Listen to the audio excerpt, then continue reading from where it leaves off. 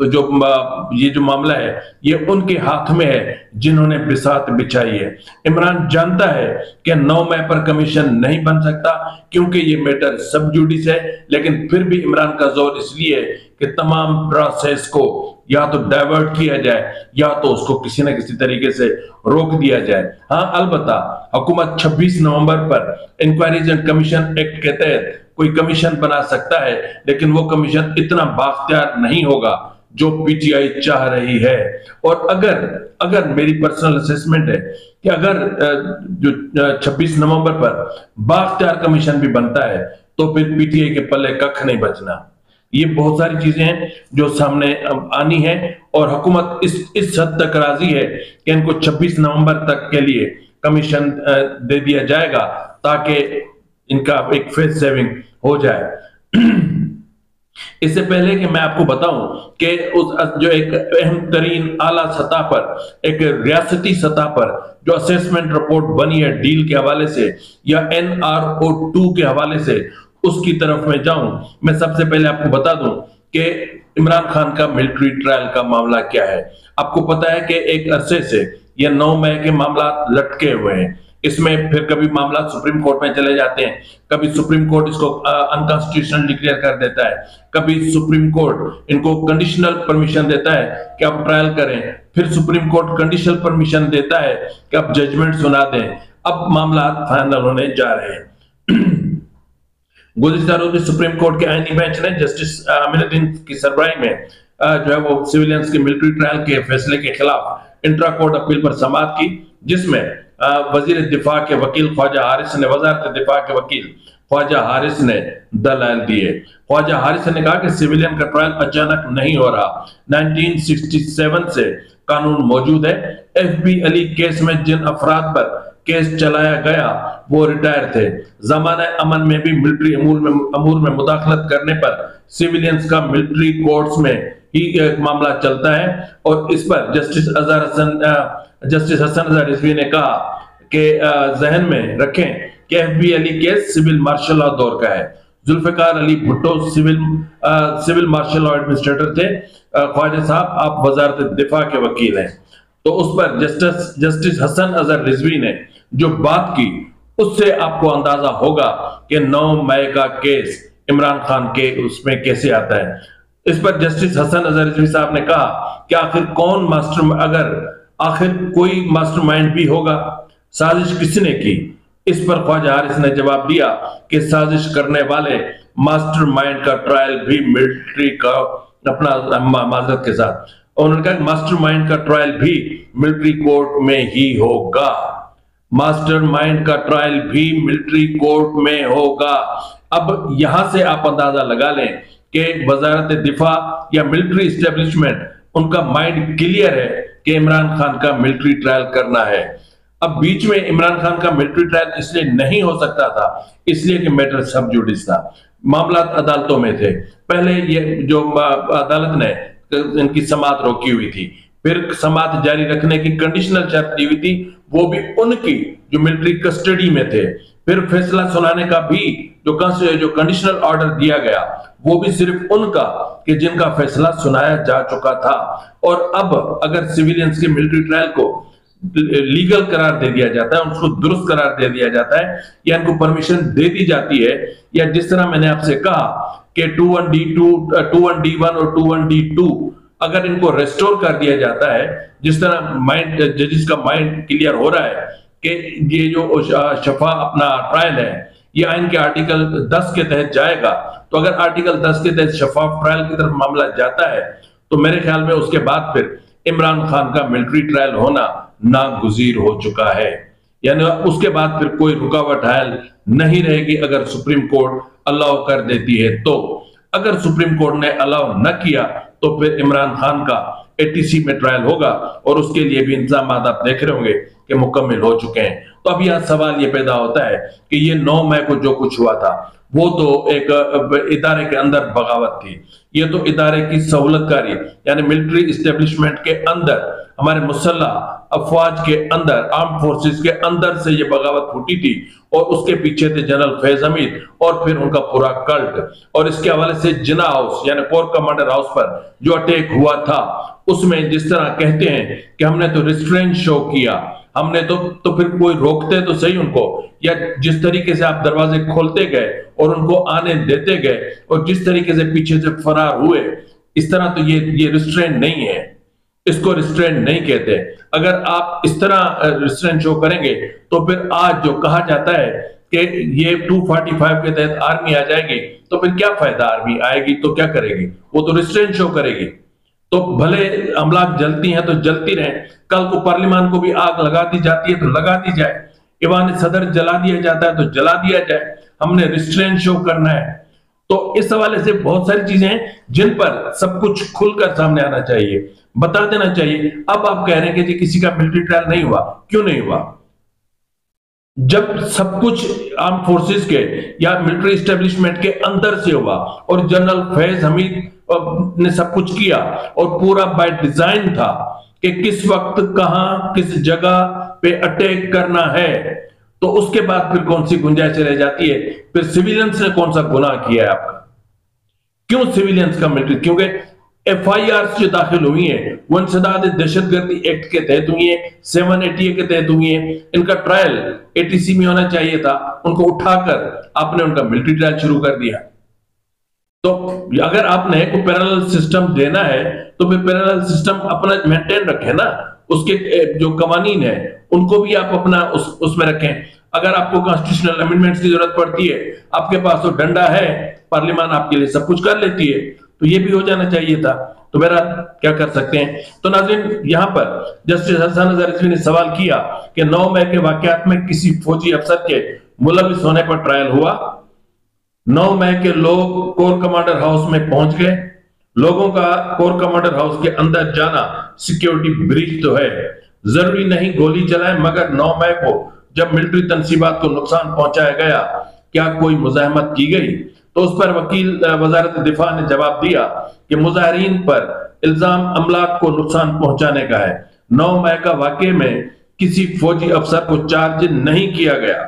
جانی نقصان نہ ہو اس لیے مکمل طور پر ریسٹرین شو کیا گیا، یعنی تحمل کا مظاہرہ کیا گیا۔ بہرحال عدالت سماعت کل بھی جاری رہے گی اور کل بھی خواجہ عارف صاحب اپنے دلائل جاری رکھیں گے۔ اب دیکھتے ہیں کہ یہ اونٹ کس طرف جاتا ہے، کس طرف بیٹھتا ہے۔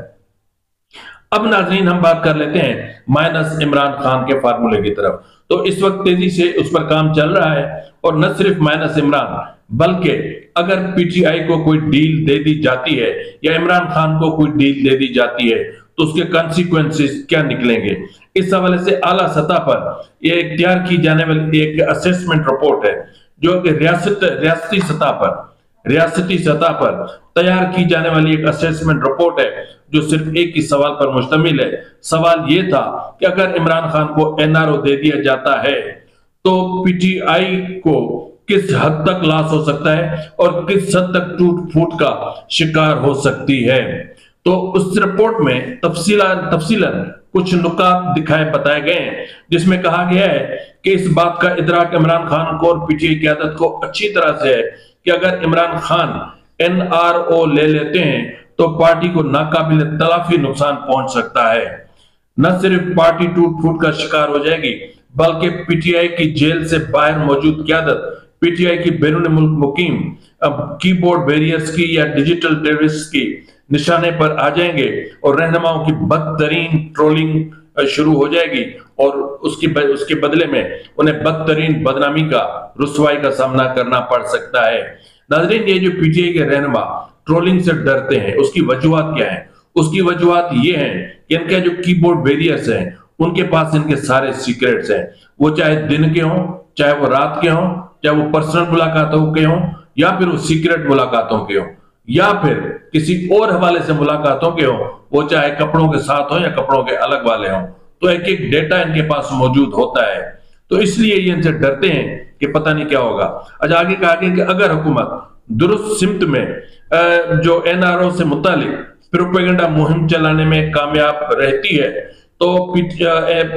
NRO 2 کا آئندہ عام انتخابات میں پی ٹی آئی کے ووٹ بینک پر سخت ترین منفی اثر مرتب ہوگا اور پی ٹی آئی کا جو ووٹ بینک ہے وہ بیڈلی ڈیمیج ہوگا اس سے۔ مزید کہا گیا ہے کہ این آر او کی صورت میں مائنس عمران اور قیادت کی تبدیلی آسان ہو جائے گی اور پی ٹی آئی کے سامنے متبادل پی ٹی آئی کو لایا جا سکتا ہے، لیکن اس کی صورت استحکام پاکستان پارٹی یعنی آئی پی پی جیسی نہیں ہونی چاہیے، اور اس کے لیے شاہ محمود قریشی سے مزید مشاورت ضروری ہے۔ اس کا مطلب یہ ہے کہ کہیں نہ کہیں کسی نہ کسی سطح پر شاہ محمود قریشی سے بھی مشاورت ہو رہی ہے، ان سے بھی کہیں نہ کہیں کسی نہ کسی سطح پر بات چیت چل رہی ہے۔ یہ آگے آپ کو اور مزید سمجھ میں آ جائے گا۔ انہوں نے کہا کہ پی ٹی آئی کی باغی قیادت کا بھی اس میں اہم رول ہو سکتا ہے، لیکن ان کو کیسے واپس لانا ہے اس کے لیے ذیل تجاویز پر غور کیا جانا ضروری ہے۔ اب وہ تجاویز کیا ہیں؟ باغی رہنماؤں کی شمولیت میں جلد بازی نہ کی جائے، اور نمبر 2 پہ کہا گیا ہے کہ پہلے مرحلے میں صرف پارٹی میں موجود رہنماؤں پر انحصار کیا جائے، جبکہ نمبر 3 پہ کہا گیا ہے کہ باغی رہنماؤں کی مرحلہ وار واپس لایا جائے اور ان کے ساتھ معافی کو، ان کے جو معافی ہے یعنی اس شرط کو لازمی رکھا جائے، اور یہ بھی کہا گیا ہے کہ سنی اطاعت کونسل میں شمولیت اختیار کرنے والے اراکین پارلیمنٹ سے رابطوں کو بڑھایا جائے اور رابطوں کے دائرے کو پھیلانے کی ضرورت ہے۔ مزید کہا گیا کہ پروجیکٹ عمران کے تحفظ کے لیے کوشاں کردار ہوں، چاہے وہ داخلی ہوں یا خارجی ہوں یا بیرونی ہوں، یعنی جو اداروں کے اندر موجود ہیں یا جو اداروں کے باہر موجود ہیں، ان کے لیے یعنی ان کا احتساب یعنی کڑا احتساب تمام ضروری ہے۔ اس کا مطلب یہ ہے کہ عمران خان کو این آر او ملنے جا رہا ہے، اس کا مطلب یہ ہے کہ مائنس عمران فارمولا فائنل مرحلے میں داخل ہو چکا ہے۔ اس کا مطلب یہ ہے کہ شاہ محمود قریشی کو فرنٹ لائن پہ لانے کی تمام تر تیاریاں مکمل ہو چکی ہیں۔ اس کا مطلب یہ ہے کہ قومی اسمبلی میں ایک فارورڈ بلاک بھی بننے جا رہا ہے، جس کے بعد عمران خان کی جو ایک پولیٹیکل ایک اثر سوخ ہے وہ محدود ہو جائے گا اور عمران خان بنی گالہ تک محدود ہو کر رہ جائیں گے۔ لیکن یہاں پر مسئلہ یہ ہے کہ سب سے پہلے اس چیز کو دیکھا جانا ضروری ہے کہ کیا عمران خان کا ملٹری ٹرائل ہوتا ہے یا نہیں ہوتا۔ اگر عمران خان کا ملٹری ٹرائل نہیں ہوتا تو 190 ملین پاؤنڈ کیس جو ہے اس کا فیصلہ انتہائی اہمیت کا حامل ہے۔ تو اس وقت بھلے آپ کچھ بھی کہہ لیں لیکن یہ فیصلہ متنازع ہو چکا، چاہے تکنیکی وجوہات ہوں، چاہے سیاسی وجوہات ہوں، چاہے اس ڈیل کا ایک یا این آر او 2 کا یہ فیصلہ حصہ ہو، لیکن آپ لوگوں نے یا حکومت نے اس فیصلے کو متنازع بنا دیا ہے اور اس فیصلے کو متنازع بنانے کے نقصانات اٹھانے پڑیں گے۔ اور جس طرح میں نے کہا کہ اس این آر او دینے کے کانسیکوینسز یہ ہیں کہ اس وقت جو ڈیفیسٹ آف ٹرسٹ ہے وہ بہت زیادہ ہے۔ اسٹیبلشمنٹ کو کسی صورت میں عمران خان پر کوئی بھروسہ نہیں ہے، اور وہ سمجھتے ہیں کہ اگر عمران خان نے یو ٹرن لے لیا نکلنے کے بعد، معاملات ختم ہونے کے بعد، جتنا پروسیس عمران خان کو مائنس کرنے پر کیا گیا ہے اس سے کہیں زیادہ نقصان اٹھانا پڑے گا ریاست کو اگر عمران خان یو ٹرن لے کر اپنے باتوں سے ہٹ کر آ جاتے ہیں۔ تو جاتے جاتے مجھے ایک بات یاد آ جاتی ہے، تو جس پر عمران خان اپنا کسی زمانے میں صدر آصف زرداری نے کہا تھا کہ اگر کوئی معاہدہ ہوتا ہے یا کوئی چیز ہوتی ہے وہ کہ آسمانی صحیفہ تو نہیں ہے۔ خیر، سیاست میں سب چلتا ہے، تو سیاست میں سب چلتا ہے لیکن اتنا بھی نہ چلے کہ ملک کو نقصان پہنچے۔ فی الوقت کے لیے اتنا ہی، ملتے ہیں اگلے پروگرام میں، تب تک اجازت دیجیے، فی امان اللہ۔